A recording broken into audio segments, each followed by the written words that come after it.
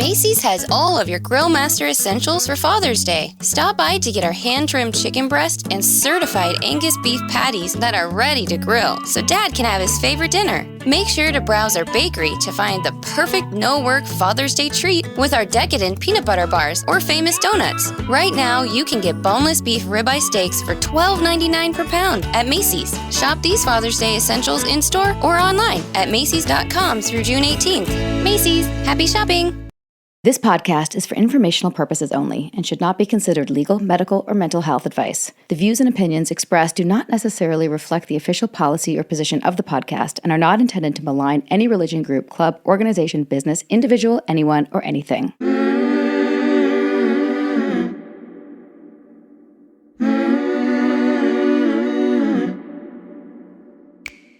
I'm Sarah Edmondson. And I'm Anthony, air quotes nippy, Ames. And this is A Little Bit Culty, a podcast about what happens when things that seem like a great thing at first go bad. Every week, we chat with survivors, experts, and whistleblowers for real cult stories told directly by the people who lived through them. Because we want you to learn a few things we've had to learn the hard way. Like, if you think you're too smart to get sucked into something culty, you're already prime recruitment material. You might even already be in a cult. Oops. You better keep listening to find out. Welcome to Season 6 of A Little Bit Culty.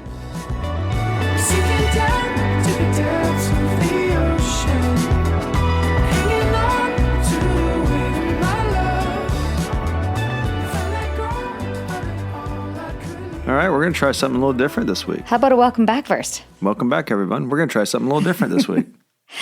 We know we've mentioned Patreon occasionally. Just a little bit. Patreon.com/a-little-bit-culty, but we feel like we should talk about it more because not only is it essential in keeping this podcast going, thank you to those who are already supporting us there, but it is also where some of our best interviews live. It's like a live jam session with our guests. Sometimes guests who've already been on. Yeah, think of it as a little bit culty unplugged. Like a little more loose. Yeah. A little less scripted. We unplug our electrics. We bust out the acoustic. A little bit like Eric Clapton. Yeah, there you go. There you go. Except Tia Levings. Yeah. Do you remember Tia Levings? I hope so. One of our favorite people her. in the whole world. One of our first times we ever got to interview somebody in person. It was a two-parter that we recorded last year live here in Atlanta. Please go back and check it out. But during that interview, we mostly spoke about her role in the docuseries Shiny Happy People. That's the one about the reality TV mega family, the Duggars. And everyone was all excited about the Duggars and Shiny Happy People, but we couldn't really get into her story and the book because it wasn't out yet. So we brought Tia back to do a live Patreon episode because she's just released her book, A Well-Trained Wife, an incredibly beautiful written memoir about her journey to save herself and her family from the bounds of Christian fundamentalism. And golf clap, everybody. It just hit the New York Times bestseller list officially, and we couldn't be more proud of her and her work. So this week, we're bringing you an exclusive sample of our follow-up chat with Tia Levings that we just did on Zoom. We get the details of her story, the details that we couldn't get last time because, well, they were in the book, and talk with her about what it's like publishing one of the most successful books of the summer. So please give it a listen. And if you want more live episodes like this one and to participate in our interviews while they're happening, go to patreon.com/a-little-bit-culty and subscribe today. Here's our conversation with Tia Levings. Enjoy.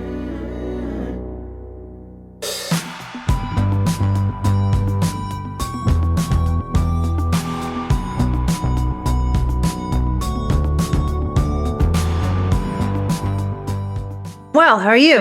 Good. Look at your beautiful book in the You're a background. professional. Oh, she's so pretty. She's so pretty. You're a professional. She really is. This is like one of the prettiest books that I've ever held in my hands. Thank you. Like we've got two. We got two.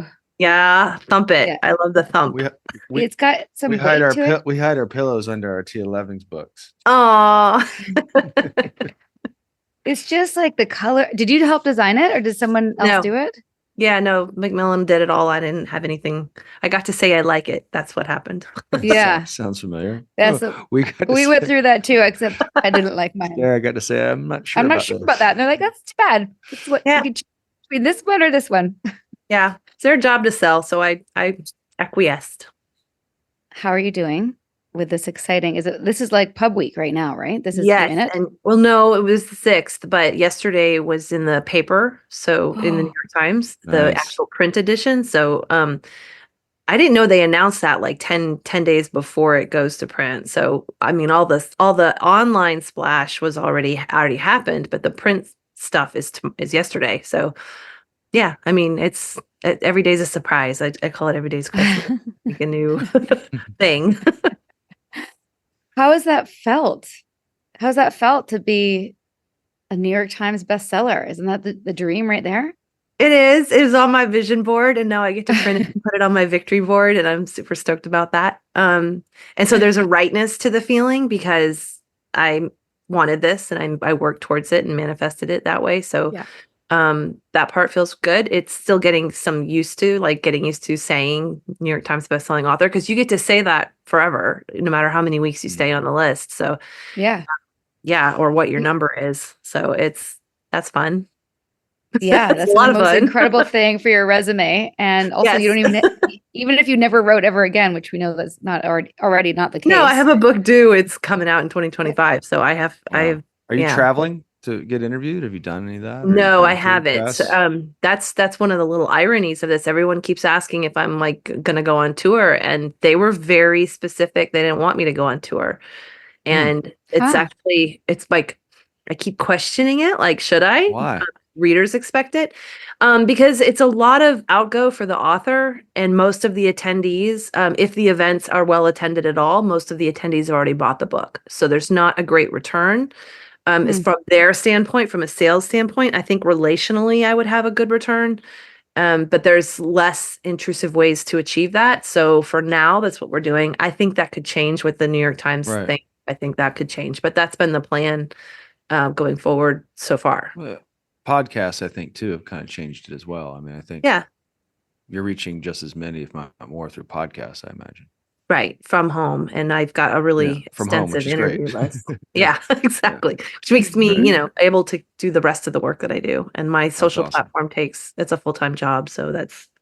Well, Nippy and I were just brainstorming, assuming this goes great, which I think it will, that we could re-release maybe like the best parts of our original interview with you because we did 2, right? We did parts 1 and 2, which was one of our favorite interviews of all time. It was also in person. But because it was in person. But it was hard. I remember it being hard because your book hadn't come out yet, and we were like kind of dancing around certain plot points, and maybe it'll Names.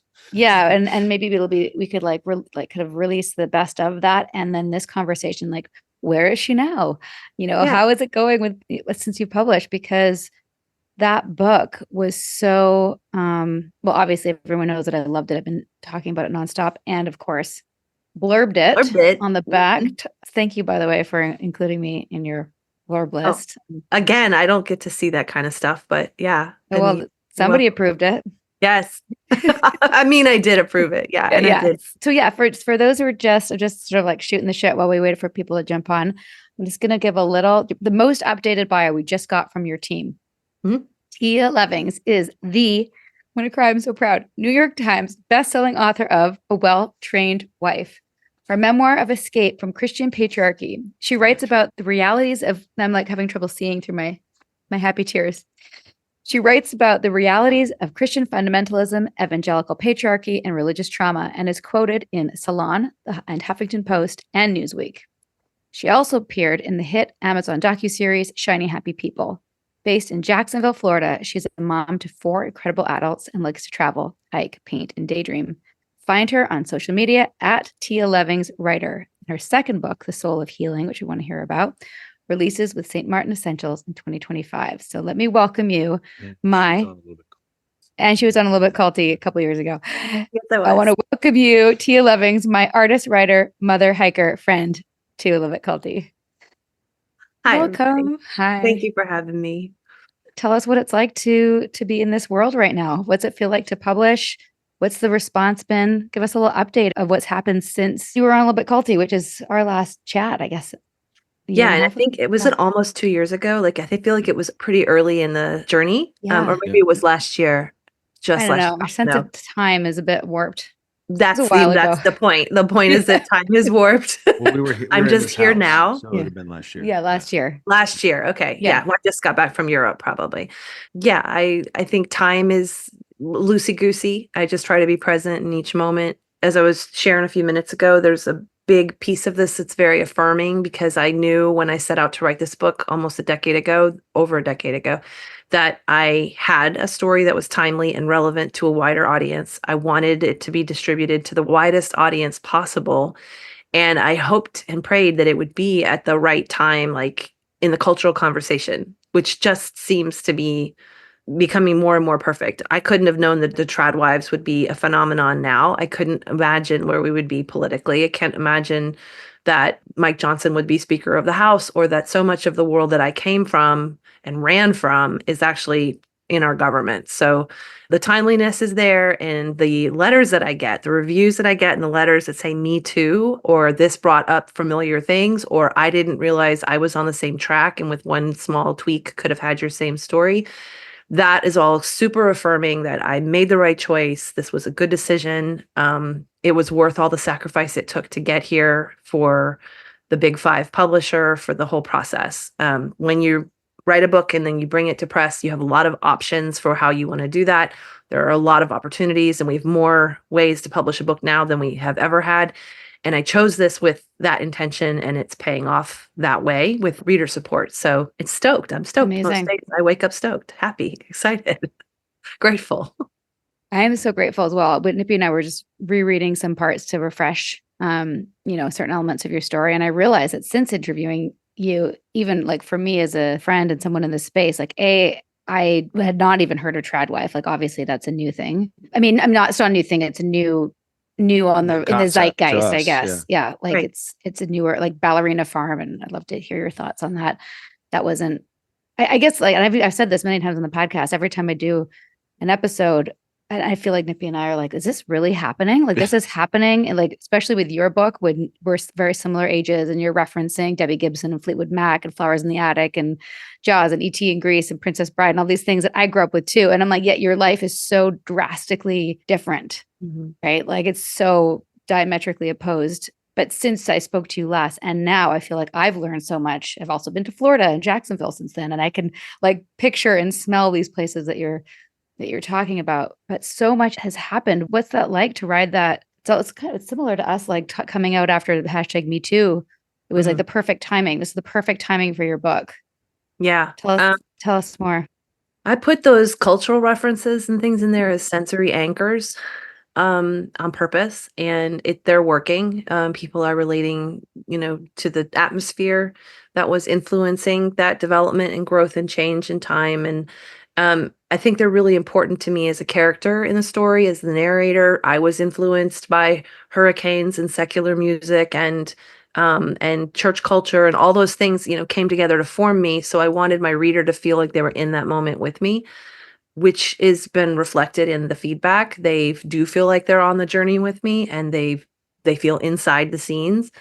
And that's impacting them on a healing level, on a trauma soul identification level, which makes this different than a standard memoir or, just a story of something that happened to me. I really want there to be that discovery process and here for it, for the conversation. Like I didn't just write a book that I thought would sell well. I think this is an important conversation to have as a traumatized generation. And I mean, I'm grateful. I'm just grateful that everything has opened up, that this is my full-time job, which is not to say that it necessarily is lucrative, and to put my heart and soul into it and show up every single day with passion and empathy and do the things that other people might say, oh, I can't do that. For example, like the way I show up online for social media, that's not everybody's cup of tea, but it's part of the work for me. So to put myself out there this way, especially as somebody who didn't go to college, I don't have an external education. I used to stutter. I'm not good on stage. I used to not be able to call for pizza. Like that was how I didn't speak, to people.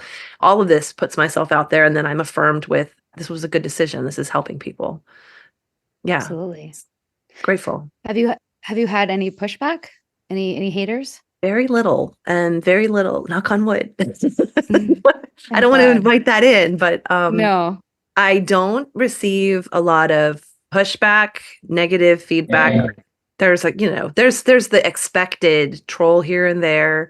Goodreads comes with its own little can of worms, people who are like make it their daily output to go crap on people's books. Like there's little things like that, but I don't engage with that. I have people send me the reviews they want me to read. So it's fine. Yeah, it's fine. And safety's been fine. And yeah. Good. Mm-hmm. Well, we have lots of questions. Since I read the book, because I didn't, obviously it wasn't in this format when you gave it to me to read. Did you change some things? Like, was it quite different? Or was it substantial? From a year ago, essentially the same. It probably went through its line and copy edit stages.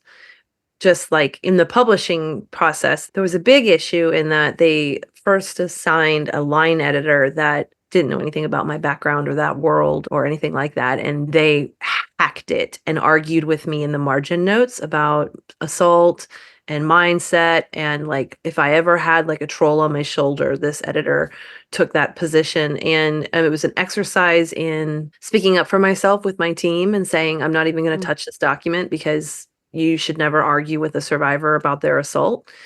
Yes. And they responded very quickly. They reassigned it. It was handled. So I do think the draft that you had was pretty much the same, except for, grammatical changes and little things. I don't know if I'd been through the legal read yet. The legal read was a 4-day extensive. They assigned a big New York team to go line by line after everything. If there's a movie scene, I had to rewatch it and make sure it was verified. If there's a quote, every single thing. It was one of the most grueling parts of bringing it to press. Definitely not the fun part. The reason I asked is that when I reread the end, there's just things like it's maybe I didn't know the references because I was early on in our, Christian fundamentalist understanding. Yes. And like, and hearing that Josh Harris, who wrote the books about purity culture, recanted. That was news to me. Can you tell us he a has little bit? extensively recanted. And I have to say, I have respect for that. He stopped print of his books. He created a counter documentary addressing damage. He has done what he can do as I say he's a victim. He does not promote himself as a victim, but he was barely, I think, still a teenager when he wrote I Kissed Dating Goodbye. He was definitely a vehicle of his parents. And my position, empathy towards him is that he was just as manipulated as the rest of us. And one of the things high control religion does in this tradition especially is it creates complicity very quickly so that you are tied and can't go anywhere because you too are guilty and you are now the perpetrator. And I just have some compassion on young Josh. He's done a lot as an adult to try and at least call out what was wrong about his work. This podcast certainly would not be happening without our amazing, supportive, generous patrons.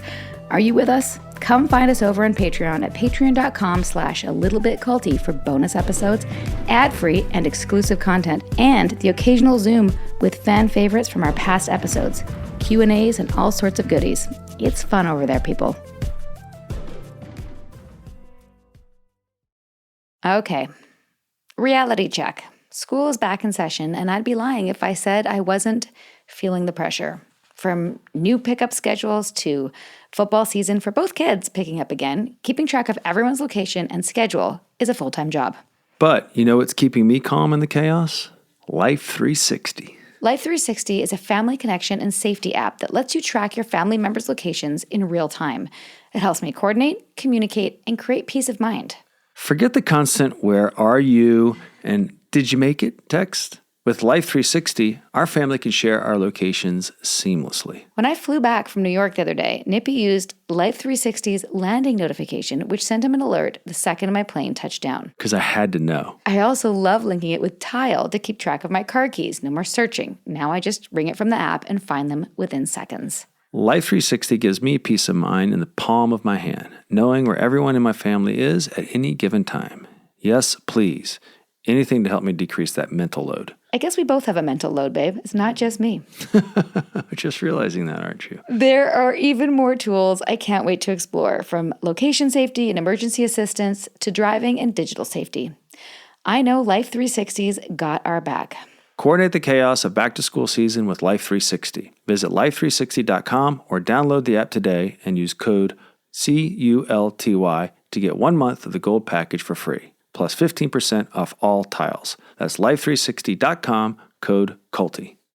Well, everybody, autumn has arrived. taking my closet from summer to fall has always been a struggle, but honestly, sometimes I just hate all my clothes. Anyone else feel that? But with the help of Quince, one of our favorite sponsors, I can keep my wardrobe fresh without completely blowing my budget. Quince offers timeless, high-quality items for so much less, like cashmere sweatpants for $50 and washable silk tops and so many pants and dresses for nearly every occasion. The best part? Quince offers items priced 50 to 80% less than similar brands. It's like quiet luxury for less. That's because Quince partners with top factories to cut out the middleman and pass those savings on to you, dear listener. And you can shop knowing that Quince only partners with factories that use safe and ethical manufacturing practices. It's a win-win. It's still pretty hot here in Atlanta, but I'm just counting down the days till it's cool enough to wear the Mongolian cashmere fisherman crewneck sweater made from Mongolian cashmere. It has this relaxed fit and stylish ribbing that's just the perfect style for fall. It feels buttery soft and high-end and half the traditional price of retail. So if you're ready to start styling for fall, make switching seasons a breeze with Quince's high-quality closet essentials. Go to quince.com/culty for free shipping on your order and 365-day returns. That's QUINCE.com/culty to get free shipping and 365-day returns. Quince.com/culty. Happy shopping. You've heard from our sponsors. Now let's get back to a little bit culty, shall we? That's great. Okay, I've got some questions here, but first a comment, and this is so cool, from Yara. Not a question, but went to Audible to get your book and was already up as the first one recommended. So that's so cool. I love hearing that. So fun fact, I can tell you about the Audible. It's breaking the publishers' minds right now because it is outperforming the hardcover 3-1. Wow. And I don't understand that because it's my first time ever recording a book, but people love the audio. I was going to text you. Well, I read it on the computer and then I listened to it just now to prep for this. You did such a great job. And it was really good. This is like what I do for a living. Yeah. As voiceover. And you really did. It was just so well read. It was just, you were so present. And it was just like, I was blown away. Thank you. They give you a really great director, and I had someone in my ear the whole time, and we paced ourselves through the harder parts, but I got to say it the way that I wrote it. And I think that was important for my healing process. Yeah. Really grateful I got to do that. Great. And a note here from Eric, who, by the way, did all those fun promos for us that you were appreciating. Thank you, Eric, for helping us spread the word about this. Eric asks, aside from your own, what's your favorite book, blog, or other resource covering fundamentalism that was released this year? That's not fair, Eric. No. that is a child asking who your favorite child is. No. I don't pick favorites for that reason. I love this. Okay, some of your favorites. Some of my favorites. Well, I'm on it. That's one. I like everybody that I've interviewed with, I think, because I don't say yes to interviews unless I really believe in their message and their work and their platform. So, gosh, it's hard to come to mind right now. I was on Indoctrination. I was on Preacher Boys, the New Evangelicals. Trust Me. Sounds like a cult. I don't know. I have a very long, I've said yes to a lot of podcasts. And what I want to say, the bigger point is that we live in a time with more psychological awareness of what is going on and how it impacts us than any other time. And we live with more access to technology. And I'm so grateful for all of it, because when I came out, there weren't hashtags. There wasn't social media really yet. There wasn't this accessibility. I'm getting ready to put up a deconstruction guide on my website that goes with the book. And it was part of the pre-order package. And so I'm going to release it to the rest of the public now. And that didn't exist. Like, I would have loved to have a deconstruction guide in 2007. I love this space. I love that everybody is able to say the truth about their abuse out loud and bring it out into the light. I think as soon as you say something in the light, it dissipates the power around it and we can deal with it. So I'm super grateful. And no, I will not pick a single favorite ever. Well, fun fact, you mentioned Preacher Boys. I don't know if you know that Eric is. I do. Oh, you do? Okay. I wasn't sure. If you my like favorite. Eric. That was the wink and the nod Eric wanted. I have a question. How would you compare the movement to when you left and to its inertia now? Is it going in the right direction in your opinion? Do you think people are becoming more aware? What's the temperature? How are we doing? Yeah, I have to take a breath because I'm terrified of where it is right now. The biggest villain in my story is Doug Wilson. That was 20 years ago. He was the villain in my story in my young adulthood. And the reason why so many of the most horrifying scenes in my book took place. And he is stronger than ever. His platform moved from blogging onto YouTube, and he has got a stronghold in the patriarchal right. And I think for all the visibility that it is stronger today than it was before. And we can only fight it with awareness, but in some ways that's scarier because you know what you're dealing with. Like for example, Project 2025 is a 50-year campaign to make America a Christian nation. Project 2025 is not its first name, it's just its current name. 900 pages of a manifesto written by 110 conservative organizations isn't new, and it's not contained to this one candidate. But the life that I lived in is what's in those pages, and that is what's coming for us. So the fact that it's scaled up so patiently and quietly to this point in time is terrifying to me because I know my enemy. I know it very closely. Yeah, scary. What do you say to people who aren't taking that seriously, in your opinion? Like, how do you I don't spend a lot of time with them. Yeah. When I hear somebody being distant, this is a self-care thing that I do. I go find who's listening. I don't spend any time with people who have their head in the sand or who want to Pollyanna it or just debate, even just want to argue that it is what it is. I am a human being with limited resources, and I will spend that time with survivors every single day and people who are interested in taking survivors seriously. And that will take up my whole time. I won't have any time for the haters. So Well put. That's where I spend my life. Well put. Good. And how does that overlap with, as we were talking about earlier, this new obsession with Tradwives and Ballerina Farm? What's your take on that? And how, like, is it good that people are aware about it? Is it bad that it's become trendy? It's making my head spin, to be honest. I need your professional opinion. Yeah. I mean, it's horrifying that she has 9 million followers, but it's not anything new. I think that's the really important thing to point out. I was a trad wife. Trad's short for traditional, and that's what we called it in the 90s. And we wanted to differentiate from the stay-at-home moms, the SHAMs, because they could be lazy on their couches and not do their laundry. But we traditional wives and mothers were managing our homes and running it efficiently and obeying our husbands and, doing the things. And if we'd had social media, I would have been Ballerina Farm. I did run a website called Living Deliberately, and it had 80,000 hits a day, which was the equivalent to a major social media platform back before algorithms and Panda and all the things with Google. So I don't even know what Panda is, but yes. Panda it was the name of the first big Google thing that took away our rank and it just reorganized the internet in a way that creators got a harsh awakening. Yeah, so when algorithms first came on. So like those early adopters, I mean, she's just the manifestation of that. When I read the Times piece, every single hallmark for the cult is there. Like her children are in a schoolroom being indoctrinated into a religious curriculum. Her children, her older children are roasting chickens and roasting dinner. Like her little children, if you look at the ages of them, her oldest is not very old. They're parentified, they're abused, they're neglected. They've got lots of money and they're very pretty, but she's showing all the signs of consumption. She's exhausted. She sometimes can't get out of bed for a week at a time. The same toll on her body that happens to every quiverful mother who's having repeated pregnancies eventually catches up with you. And she has this really scary desperation when she's trying to defend. I watched her defense after the Times article came out, and it was emphasizing how much she loves her husband and is still fertile and is still going to have babies. Like she's desperate for that relevance because she knows she's on the line of aging out. That's what happens in patriarchy once you can't have any more babies, and your husband, wants to know that you're still fruitful. You can, you're still in love with him and you can still keep having these babies, and every alarm bell goes off. So do I think it's a great trend? I mean, it's the extra attention it gets, even through expose content, is scary because young, impressionable girls are still looking at that as a pleasant solution for their chaos and fear. Like fundamentalism is so soothing because it gives you this nurturing, very simple formula that's going to result in this happiness if you just follow it. And it's very tempting to think that we can just simplify down and go back to the puritanical times because they were so good for everybody. There's a comfort to that when the world is exhausting and you're tired and you can't afford groceries and healthcare is expensive and all the problems that they help generate.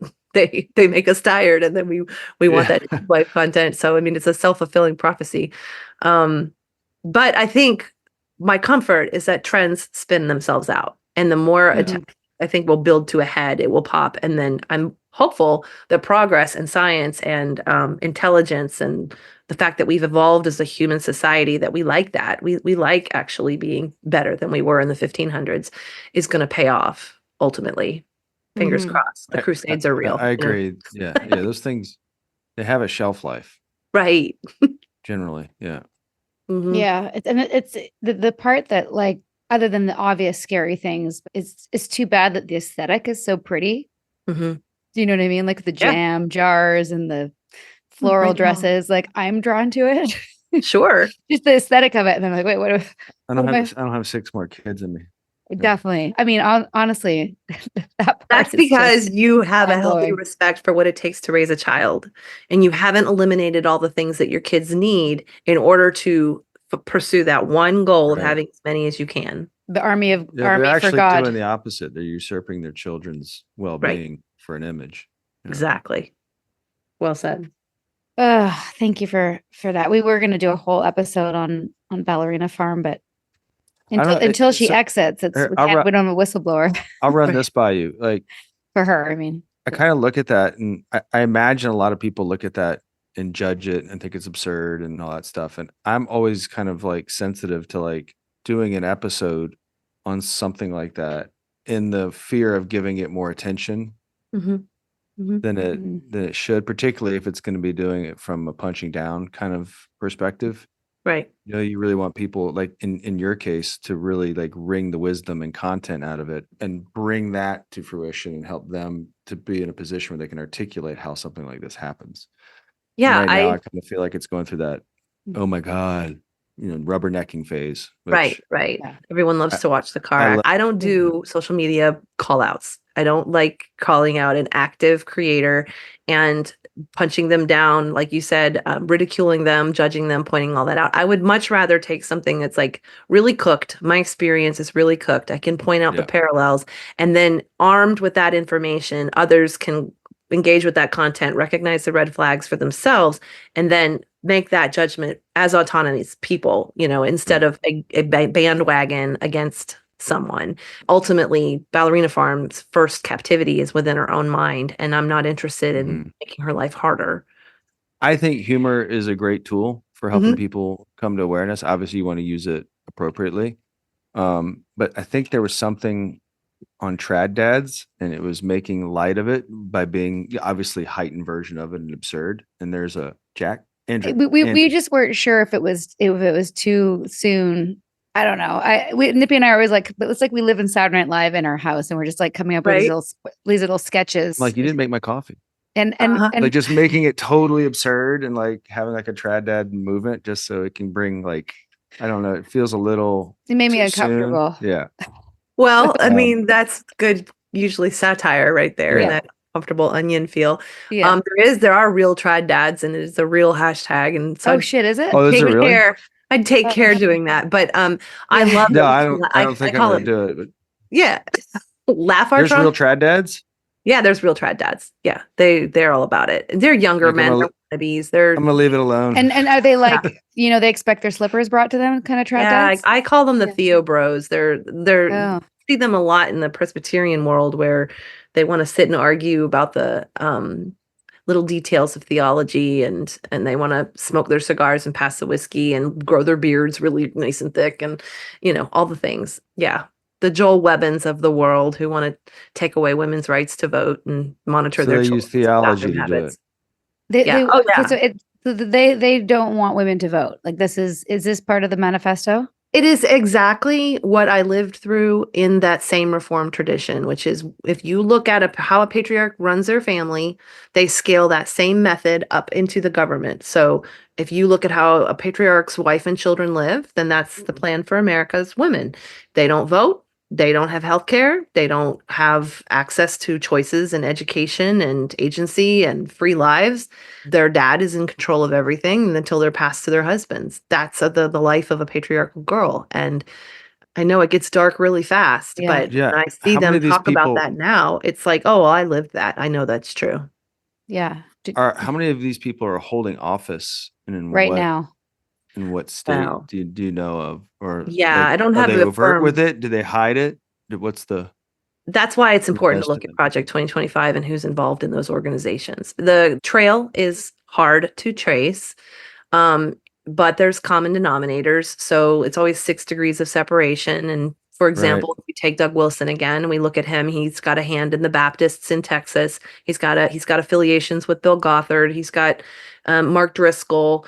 And then you get into the Texas, the little spider network, and you get into Alabama and Louisiana, covenant marriage, or Speaker Johnson. You get into Amy Coney Barrett on the Supreme Court. You get into the organizations that founded Project 2025. The biggest one, the Heritage Foundation, goes back 50 years. So they've got their tendrils into everything from the homeschooling movement with Michael Ferris to the presidents, all the Republican presidents since Reagan.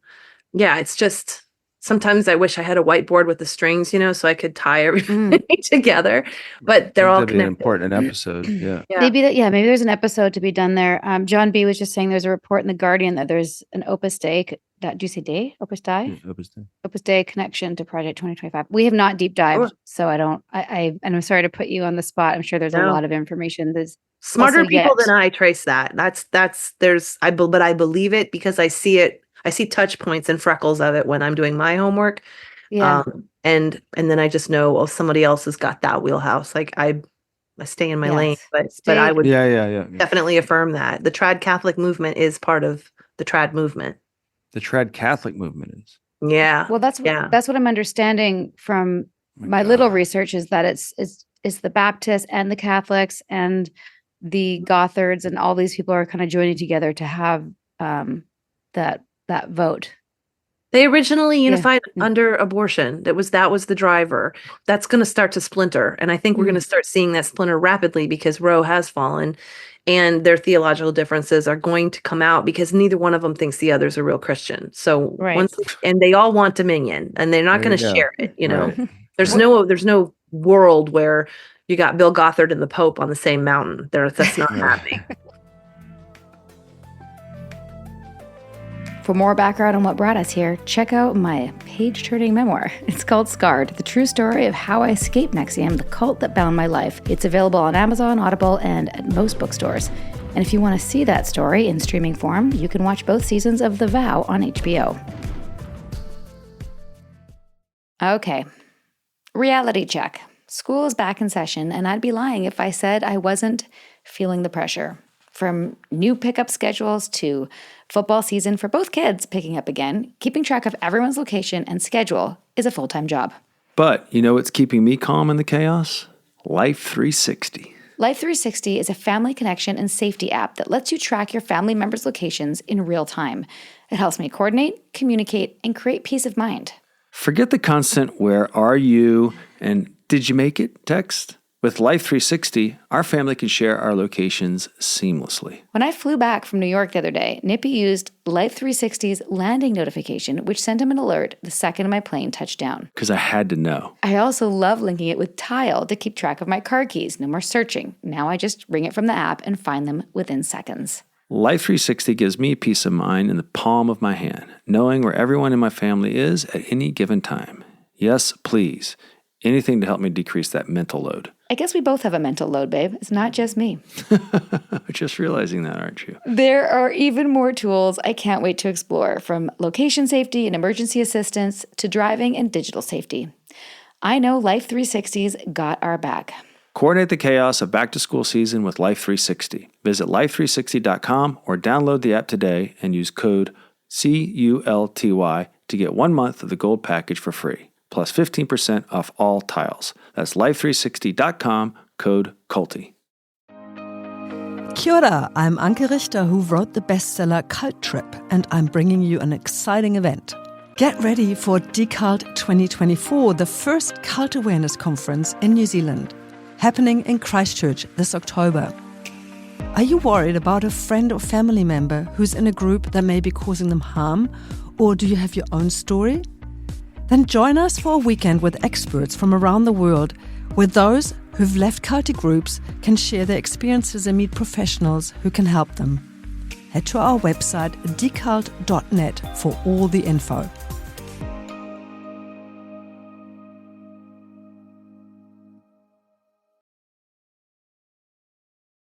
Break time's over, people. Let's get back to this episode of A Little Bit Culty.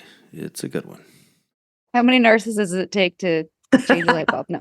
Destroy a world. Yes. Yeah. Okay, we switch gears. Eric asked, aka Preacher Boys, when reading the audiobook, was there a section of your book that you found harder to get through than expected? Something you didn't consider as obviously traumatizing as other events in your book, but when reading it out loud hit different?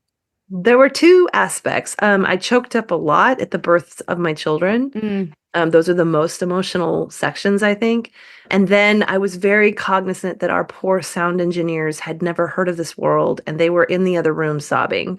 And that was a thing, to know that was my first touch point with the outside world, really, like somebody who's not on my social platform, hasn't been following this, has never heard of it, usually spends their day with celebrities recording music, and other audiobooks. Like, they don't know what they're going to get on any given day, but I knew they hadn't seen a story like mine coming. And that was actually hard, because I was that empathy of feeling, I want to make sure they're okay while I'm reading.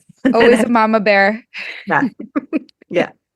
Let's see, what other questions do we have here? There is a debate about Gothard and the Pope on the sidelines here.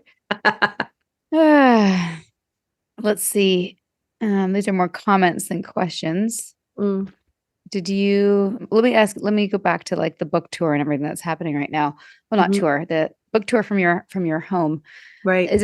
I know you've done a lot of interviews. Are you getting sick of talking about it? Are you still pretty fired up? I think it's just going deeper. Yeah. Each interview has been very good at finding different issues to drill down on. So we're not just hitting all the plot points and spoilers. We're actually honing in on something. And because those are individual interviewers, they all have their favorite point. So we've got to cover, like, get really deep into like sex education, or I don't know, what was the other one? We just did Trust Me. We talked a lot about evangelical influences that were more mainstream, like Veggie Tales and Lifeway and Rapture Trauma, and like things that kids of the 80s and 90s can relate to, that they wouldn't have realized had this more narrow outcome, because they did things like one little change, like deciding to go to college, or maybe not being as such a goody two-shoes about attendance and being there all the time. Like, one little change could have altered their entire outcome. What's your least favorite question right now? I won't ask it. I do not like interviews that want a play-by-play, blow-by-blow, go read the book, Also, there's a really wonderful contrast happening, and I don't even know if I should say it, but the female hosts are by and large way more prepared than the male hosts. And I'm just taking notes on that. I'm like, oh, like they're sending me stuff ahead of time. They've got prep questions. They make sure that my appointment's like double, triple checked. Like, it's interesting to watch it happen. And no two podcasts have the same process. So that always keeps it really interesting. They all have a different platform they want to record on, or time, or warm up, or green room. Yeah. Yeah. Interesting. We're both pretty prepared, would you say? Yeah. Yeah. Yeah, you guys are great. That's why I hesitated. I was like, well, they're not that. Like, you checked out mental health at 10:30. You checked with me on the appointment time at 11:30. You promoted this on social media. Like, you got your shit together. That's not what it's more about. She's more the social aspect of it. I would call myself a little bit of the rudder. Yeah. You're doing great. We definitely have different roles in our podcast, and sometimes they change. But I think I'm better at some things. You're better at 100%. Yeah. So yeah, no. Stay in my wait. Stick with did what Eric I'm good just at. apologize for something? What did he say? I was not talking about you either. Eric did not prepare. I'm sure you prepared just fine. You did fine. Eric's also hosting like 3 podcasts at one time. Yeah. Like on a podcast right now. Busy guy. Yeah. And posting our socials. Yeah. I actually had a thought that I hadn't really put together since our last interview, which is that you know what? Your interview was before you went across the ocean. I remember that now because you gave us an idea for a trip. Yeah. Oh, cool. We had talked about hiking, which we still have to do. And you were telling me about your trip. And I think I was communicating with you briefly while tell the audience about what you did. Okay, yeah. So the backstory of this is that husband 2.0 did not want to be married to a writer. And he did not realize this while I was writing the book for 10 years. He realized this when I sold it. And he knew his words to me were, I didn't think you were that serious about it. Which, belies a bunch of belief. Like, you didn't think I could do it. Yeah. But I honored that. He's older than I was, and writing is very demanding, and this work is very demanding. And he is also very devout and really protective of his system of belief in the not all Christians kind of way, which is my number one piece of negative feedback that I detest. And we'll talk about all day long. But we were just very different people by the end of this process. So I gave him the world's most amicable divorce, sent him on his way. I wanted to process my grief over that privately.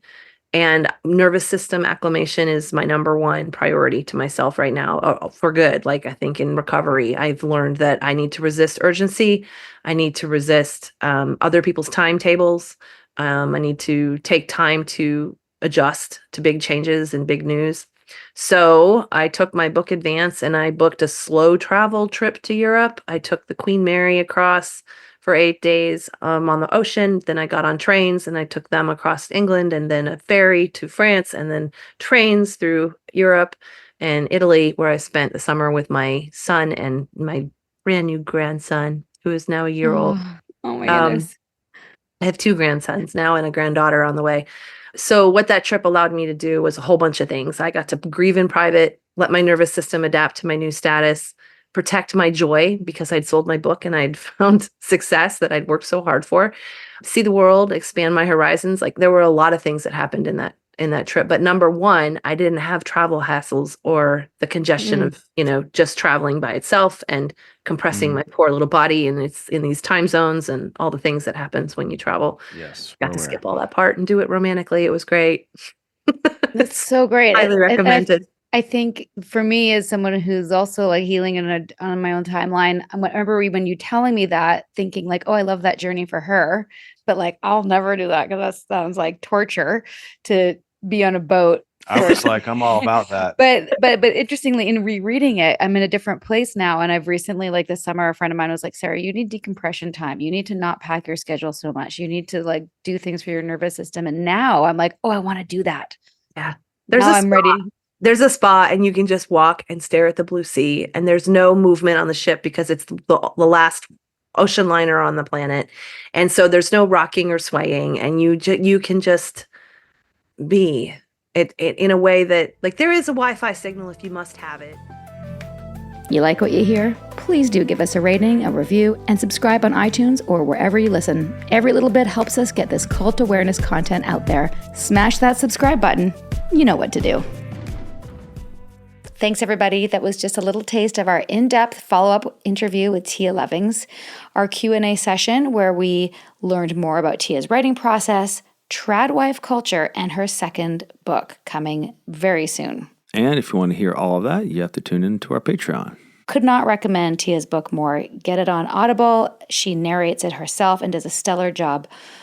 And that's not all. We sound like an infomercial over here. Don't buy yet. Right now on the feed, we're talking with Dr. Tabitha Chapman, a friend and former NXIVM member. So this week on Thursday, we'll be dropping part 1 and next week part 2. And in this 2-part interview, we cover her experience joining NXIVM and her work in providing support now for ex-cult members. We've never had her on the podcast before, and it will be a Patreon NXIVM nerd exclusive. That's all happening on the Patreon feed right now. So listen to the complete interview with Tia and participate in more interviews with some of our favorite guests during a Power Zoom at 12 Eastern Time on Mondays on our Patreon at patreon.com/alittlebitculty. And just if we weren't completely clear, those are live, so you get to ask questions. We hope you enjoy, and we'll see you there. And thanks again for supporting and making this podcast happen. Till next time. Sinking down to the depths of the ocean, I'm hanging on to the weight of my love. If I let go of it all, I could leave, but I know I won't. Thanks for listening, everyone. We're heading over to patreon.com/alittlebitculty now to discuss this episode. In the meantime, dear listener, please remember, this podcast is solely for general informational, educational, and entertainment purposes. It's not intended as a substitute for real medical, legal, or therapeutic advice. For cult recovery resources and to learn more about seeking safely in this culty world, check out alittlebitculty.com/culty resources, and don't miss Sarah's TED Talk called How Cult Literate Are You? Great stuff. A Little Bit Culty is a Trace 120 production, executive produced by Sarah Edmondson and Anthony Nippy Ames, in collaboration with producer Will Rutherford at Citizens of Sound and our co-creator and show chaplain/bodyguard, Jess Tardy. And our theme song, Cultivated, is by John Bryant.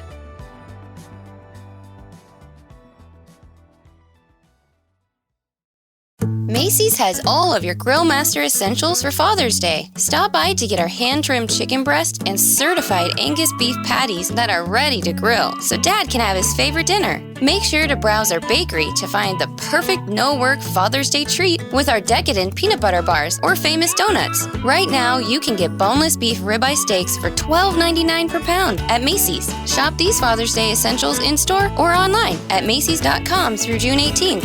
Macy's, happy shopping! Hey moms, looking for some lighthearted guidance on this crazy journey we call parenting? Join me, Sabrina Kohlberg, And me, Andy Mitchell, for Pop Culture Moms, where each week we talk about what we're watching and examine our favorite pop culture moms up close to try to pick up some parenting hacks along the way. Come laugh, learn, and grow with us as we look for the best tips. And maybe a few what not to do's from our favorite fictional moms. From Good Morning America and ABC Audio. Pop Culture Moms. Find it wherever you get your podcasts.